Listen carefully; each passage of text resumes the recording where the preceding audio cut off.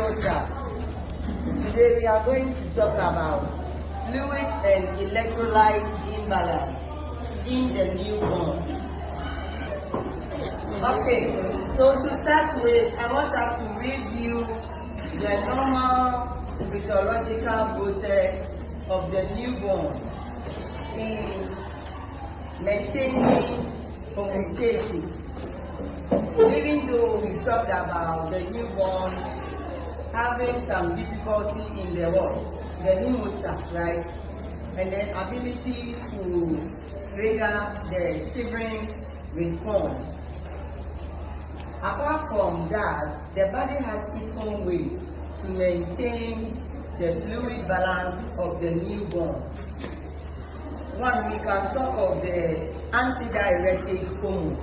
When we talk of diuretic, it's a hormone that causes what? A lot of fluid through the normal route of what? Urination, right? So antidiuretic is the opposite functioning of the diuretic, meaning that when you are giving antidiuretic, it allows you to retain what? Fluid. Then the system that is responsible for maintaining electrolyte balance. Very good story. Okay. So in the newborn, this RAS system is not functioning effectively.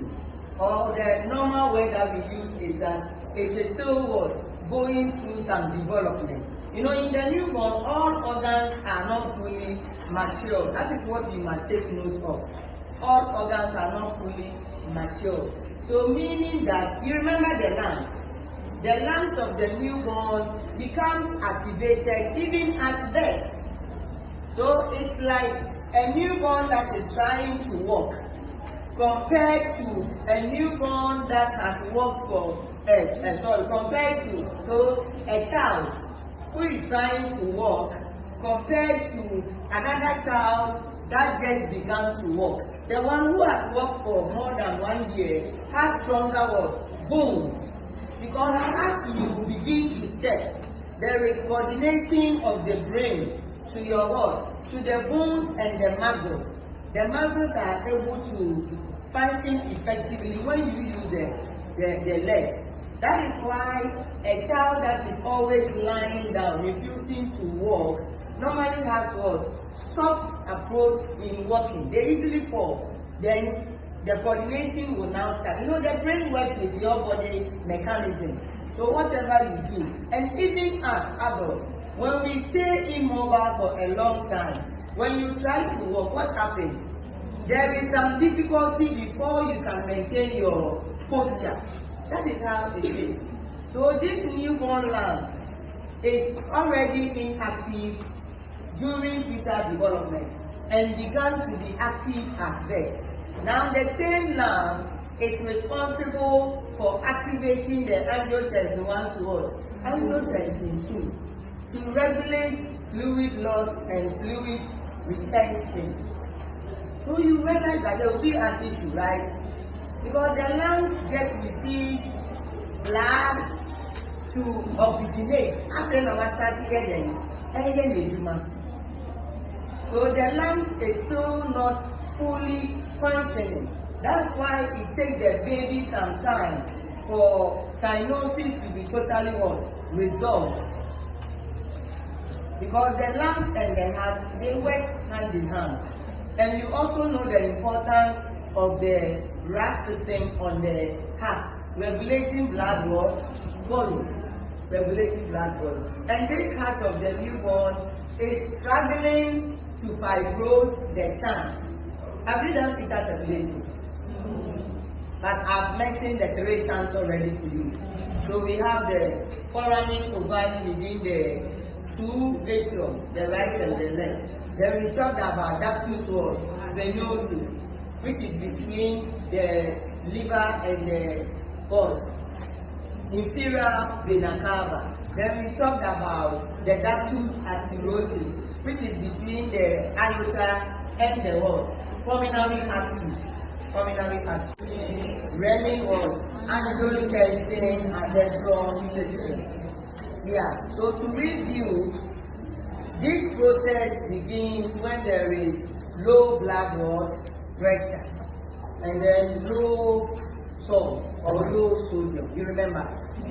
So when there is low blood pressure and low sodium, there is what? A system in the body that is triggered. What happens is that there is production. When this process occurs, the kidneys release renin, right? When they release the renin produce or activate the production of angiotensin 1. Angiotensin 1. And this angiotensin 1 is a precursor, right? It is in the inactive form. Yeah, we know that it's a peptide, whatever, that's not the concern. But it is in the inactive form. Then now, the lungs activate the angiotensin 1 to what? Angiotensin 2. The angiotensin 2 is the active form of the hormone. This angiotensin 2 now acts, right, on the blood vessels. What does it do to the blood vessels? Yeah, so there is systemic vascular constriction. So there is total constriction. Why is this constriction occurring? Because we want to retain more fluid in the body to increase blood volume. Is that not so? We have to increase the blood volume so that it will affect the blood pressure. So as this angiotensin 2 acts on the blood vessels, it also causes what? The retention of sodium. And wherever there is sodium, what happens? Good. There is water retention. Now this water will add up to the plasma, increasing what? The blood volume. You are okay with that? Very good. So this is the normal physiology. The normal physiology. Now, I want you to read about the effect of the glomerulus as a result or as a support to regulating what? Homeostatic processes in the body.